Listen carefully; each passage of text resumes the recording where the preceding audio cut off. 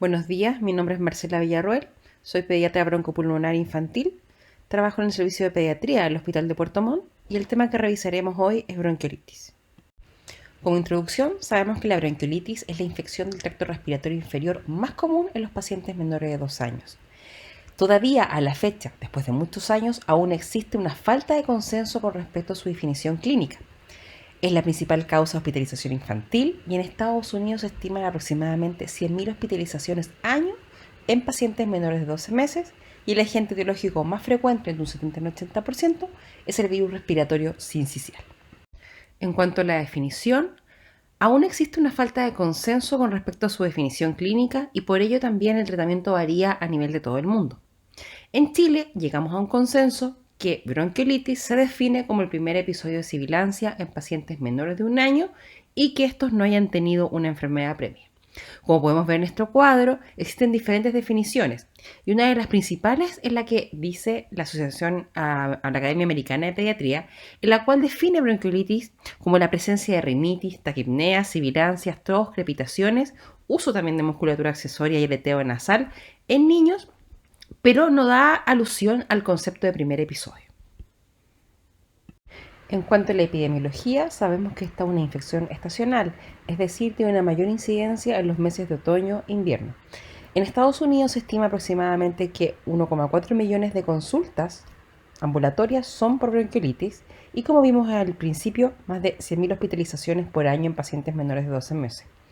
La duración es constante de un año a otro dentro de los países, principalmente en los meses más fríos, ¿ya? Existen factores de riesgo que están relacionados con la gravedad de la enfermedad. Varios de ellos son el hacinamiento, el clima, la altitud, las condiciones meteorológicas y además también cosas tan simples como la contaminación del aire, el ozono, los contaminantes del tráfico y también el tabaco. Esto lleva un importante impacto económico y sanitario a nivel mundial y en un trabajo realizado por el Pediatrics el año 2013, en el cual se evaluaron los gastos hospitalarios en el año 2009 y estos eran aproximadamente más de 1,7 mil millones de dólares en gastos de bronquiolitis. En cuanto a la etiología, el principal agente etiológico es el VRS, que tiene dos tipos A y B y que la frecuencia es aproximadamente entre un 50 a un 80%. Se describe que el primer año de vida el virus respiratorio sincicial afecta al 80% de la población menor de 2 años y que ya el segundo año de vida aproximadamente el 100% está infectado. Existen también otros virus que podemos ver, como son el rinovirus, el parainfluenza, el metaneumovirus, coronavirus, adenovirus, influenza y enterovirus. Como vimos, el agente etiológico más frecuente es el virus respiratorio sincicial y este es un género neumovirus de la familia Paramyxovirus. Es un virus ARN que es de cadena simple y tiene dos subtipos, el A y el B. Lo importante que tenemos que saber es que tiene 11 proteínas, de las cuales 9 son estructurales, y 2 glicoproteínas de superficie, como podemos ver en la imagen. Una es la proteína G, que es la de adherencia, y la F, que es la proteína de fusión. Estos son los principales antígenos virales y juegan un papel fundamental en la virulencia del virus. En el siguiente gráfico obtenido del proyecto de vigilancia de virus respiratorios de la Pontificia Universidad Católica, podemos ver la identificación de virus respiratorios tanto en niños y en adultos en pacientes hospitalizados y ambulatorios en Santiago del año 2019. Si ustedes se fijan, entre los meses de marzo, abril, mayo y junio, el virus que predomina principalmente es influenza, dando posteriormente paso a VRS entre los meses más fríos, como son junio, julio y agosto. Esta curva clásica que teníamos de presencia de virus respiratorio sincicial entre los meses de junio, julio y agosto cambia radicalmente el año 2020 debido a la presencia de SARS-CoV-2 o coronavirus. Podemos ver en el siguiente gráfico también obtenido el proyecto de vigilancia biorrespiratorio, donde el año 2020, si ustedes ven en rosado, solo predomina el SARS-CoV-2. Y este año, obviamente, debido a la presencia de vacunación, podemos ver que la presencia de SARS-CoV-2 o coronavirus ha disminuido notablemente a nivel del país y están reapareciendo nuevamente nuestros virus respiratorios clásicos, como son influenza y VRS. Si ustedes se fijan en esta gráfica, estamos nuevamente con un pic de VRS, ¿cierto?, que se ha descrito desde julio hasta la fecha. ¿Cuál es la fisiopatología y cómo actúa este virus respiratorio sincicial? Primero tenemos que saber que existe un periodo de incubación que va entre 3 a 5 días y que la excreción viral puede durar entre 1 a 21 días. El virus ingresa por la mucosa respiratoria y se disemina a través de todo nuestro epitelio ciliado. Posteriormente produce un daño que es directo a nivel de la vía aérea. Produce una necrosis epitelial en la vía aérea pequeña. Esto lleva a una destrucción de cilios, a un infiltrado que es clásicamente neutrofílico, a diferencia del infiltrado de los pacientes asmáticos, que es eosinofílico.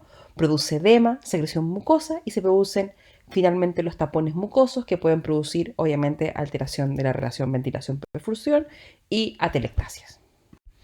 En las siguientes imágenes podemos ver lo que les explicaba anteriormente, en el cual el virus respiratorio ingresa a las células epiteliales, ¿cierto? El epitelio ciliado principalmente, produce este daño directo, produce una necrosis en la vía aérea, destrucción de los cilios, infiltrado neutrofílico, edema y finalmente esta secreción mucosa y tapones mucosos que producen las alteraciones respiratorias.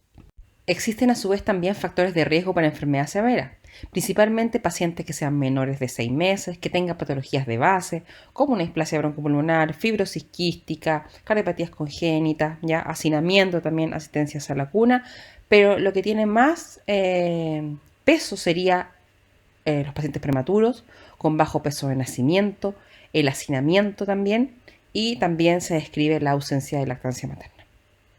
Bueno, ¿y cuál es la clínica? Generalmente ocurren síntomas respiratorios altas 1 a 3 días previos del inicio del cuadro, ¿cierto? Como rinorrea, congestión, tos, eventualmente puede haber también presencia de fiebre, pero no fiebre muy elevada. Y posteriormente, pasados los días, se van a agregar taquimneas, retracciones, aspiración prolongada, sibilancia, estertores finos diseminados, que duran aproximadamente entre 5 a 6 días. Hay que tener presente que los pacientes menores de 3 meses pueden debutar con apnea. Y cuando tenemos un paciente con un cuadro moderado severo, frecuentemente vamos a encontrar una hipoxemia. El diagnóstico de bronquiolitis es fundamentalmente clínico. Siempre tenemos que identificar los factores de riesgo que vimos anteriormente, como la prematurez, el bajo peso de nacimiento, el hacinamiento, la falta de lactancia materna, ¿ya? Y se pueden también solicitar exámenes complementarios, pero esto no es de rutina, y obviamente tener presente también los diagnósticos diferenciales. En cuanto a los exámenes complementarios, principalmente de laboratorio, no existe una evidencia de impacto en el curso clínico de la enfermedad.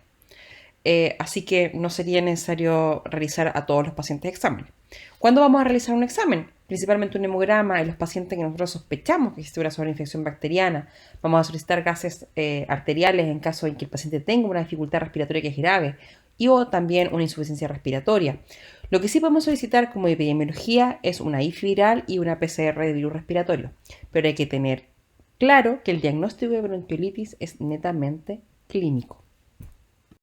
Otros exámenes complementarios que podemos solicitar son la radiografía de tórax, donde podemos encontrar un gran abanico de imágenes, y en esta que ustedes ven acá se puede ver un paciente que tiene una bronquiolitis aguda, ¿cierto?, que es más grave, en la cual van a encontrar ustedes signos de hiperinsuflación, compromiso intersticial difuso que es bilateral, una imagen de condensación con un volumen de disminución del volumen pulmonar, y también un broncograma aéreo a nivel del lóbulo inferior izquierdo. Hay que tener presente si cuando tengamos la radiografía de tórax y tenemos la presencia de atelectasia y o condensación, esto se asocia a un mayor riesgo de enfermedad severa. En cuanto al tratamiento, el tratamiento de bronquiolitis es un manejo conservador en el cual existen 3 pilares fundamentales que son el aseo nasal, la hidratación adecuada y la oxigenoterapia. Hay que recordar que los pacientes menores de 6 meses, su vía aérea superior aporta el 50% de la resistencia debido a que son netamente respiradores nasales. En cuanto al tratamiento farmacológico, la verdad no existe ningún manejo farmacológico que esté indicado de rutina.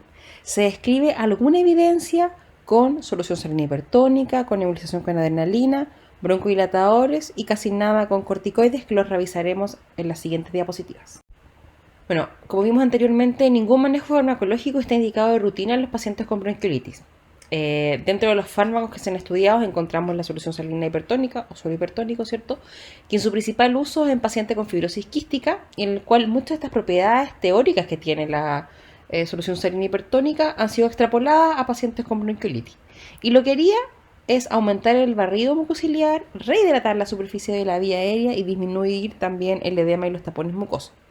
Dentro de los estudios que se han realizado a nivel mundial, Lo que han demostrado es que hay una reducción en la estadía hospitalaria del riesgo de hospitalización y una mejoría transitoria en los puntajes clínicos. Pero también han salido algunos estudios, principalmente revisiones sistemáticas, en las cuales los pacientes que utilizaron solución salina hipertónica no tenían resultados adecuados en el fondo o resultados buenos en el manejo de la bronquiolitis. En cuanto a la adrenalina, se han realizado también varios estudios para evaluar la mejoría clínica que tienen los pacientes con bronquiolitis al utilizarlo. En una revisión sistemática realizada el año 2011, donde se evaluó el uso de adrenalina versus placebo, la verdad no se vio ningún beneficio en acortar la estadía hospitalaria, ni tampoco en disminuir el número de hospitalizaciones en su uso en el servicio de urgencia. ¿Ya? Y cuando se hizo en el fondo, la evaluación entre adrenalina versus salbutamol, tampoco se vio diferencia en las hospitalizaciones.